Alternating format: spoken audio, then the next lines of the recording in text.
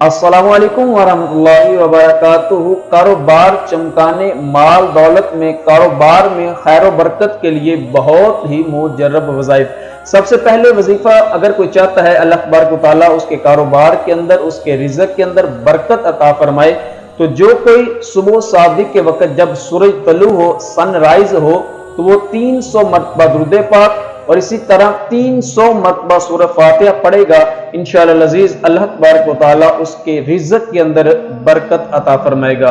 और इसी तरह दूसरा वजीफा, अगर कोई 35 मरतबा सूरह फातिहा शरीफ किसी कागज पर लिख कर घर के अंदर लटका देता है, या दुकान है तो दुकान में लटका देता है, इंशाअल्लाह अज़ीज़ अगर जायज़ कारोबार है अल्लाह तबारक व तआला उसके कारोबार के अंदर बरकत अता फरमाएगा।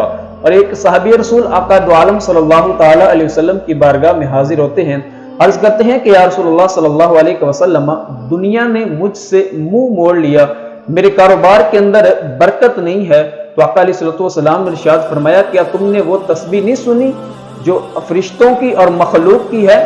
फरमाया सुबहानल्लाहि व बिहम्दिही अस्तगफिरुल्लाह, ये पढ़ा करो।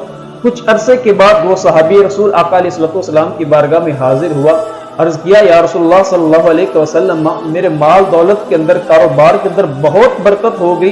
तो कोई सुबह सादिक के वक्त ये तस्बीह पढ़ा करेगा, अल्लाह तबारक व तआला उसके रिज़्क़ के अंदर ऐसी बरकत अता फरमाएगा, उसे वहां से रिज़्क़ अता फरमाएगा कि जहां से उसका गुमान भी नहीं होगा।